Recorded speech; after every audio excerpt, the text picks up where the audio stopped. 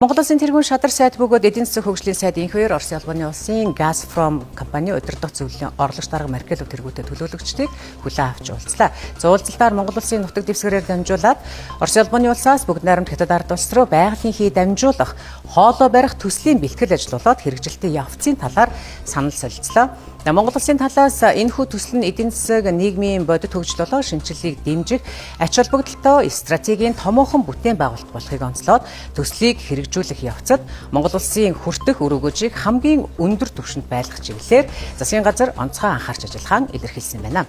Орос Албаны улсын талаас төслийг хэрэгжүүлснээр Монгол улсад байгалийн хийг ахуй хэрэглээ болоод айл өрхийн халаалт мөн цахилгаан станцуудын түлшинд ашиглах бодиттой боломж бүртгийг бас энэ үеэр онцлон тэмдэглэсэн байна. Тус төсөл нь эдийн засгийн өндөр өгөөжтойгөөс гадна Монгол улсад тулгамдж байгаа эрчим хүчний хангамжийг бас сайжруулах, агаарын бохирдлыг бууруулах, шинээр ажлын байрыг бий болгох зэрэг нийгмийн асуудлыг шийдвэрлэх стратегийн ач холбогдолтой төсөл юм а.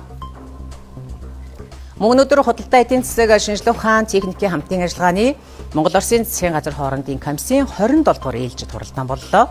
Хуралдааны үеэр Монгол Улсын шадар сайд болон аж үйлдвэр, эрдэс баялагын яам, засгийн газрын гишүүд, Орос Албаны улсын байгалийн нөөц, экологийн сайд, засгийн газар хоорондын комиссийн Оросын хэсгийн дарга Козловыг хүлээн авч уулзсан байна. Уулзалтаар хоёр улсын хамтын ажиллагааны нөхцөл байдал болоод цаашдын чиглэлийн талаар санал солилцсон байна.